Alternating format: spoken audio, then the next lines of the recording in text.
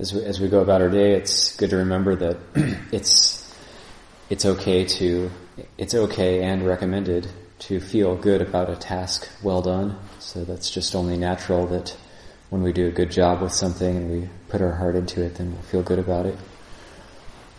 And if we're just trying to get it done and move on to the next thing, then we won't feel so good about it. So that's just the natural result of being those two different ways. Either we put our heart into an activity and we do it as well as we can and really focus on the best possible way to do it and do it well, and then we have some visible fruits of our labor. We don't always have that when we're meditating. We don't always have the visible fruits, but when we go about with the cleaning and the looking after the facilities, looking after the sasana watu, the material things connected with the sasana, with the religion, then we have some visible fruits of our labor. So we get to see what we're doing and feel good about it.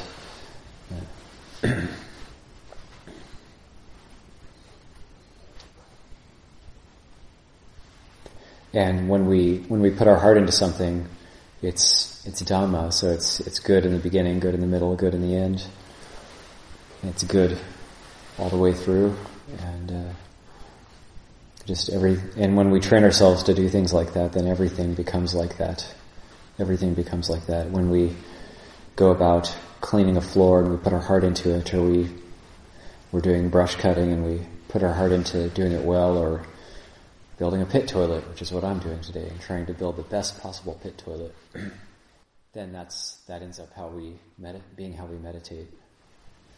So then we put our heart into the meditation, and we're looking, well, how is that kama tanha, bhava tanha, vibhava tanha, how's that arising in the mind? How is that? What is tanha? What is the tanha, the craving for sensuality? What is the craving to be? What's the craving not to be?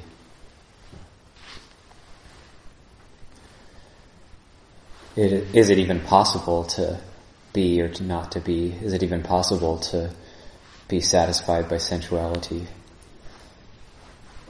Is it possible to actually be something? Is it possible to not be? So we look into these things, look into them at a deeper level. So when we put our heart into everything, and we put our heart into the meditation as well, and we think, well, what was the Buddha actually talking about with these Four Noble Truths?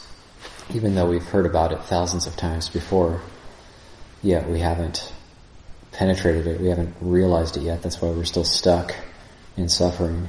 That's why we still have the dukkha that we keep running up against. So even though we've heard about it so many times, we're still stuck, or you could say the thorn is still embedded in the heart. It hasn't been extracted yet. Or it's like Ajahn would give like pretty much an identical talk every time, give a talk on the Wan Pra at his monastery in Thailand. And a layperson was kind of like, Ajahn, you give the same talk every time. Like, why don't you like spice it up a bit or stop repeating yourself? And Ajahn said, can you do it? Can you do it yet?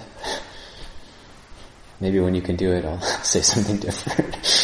So really, like, can we do it?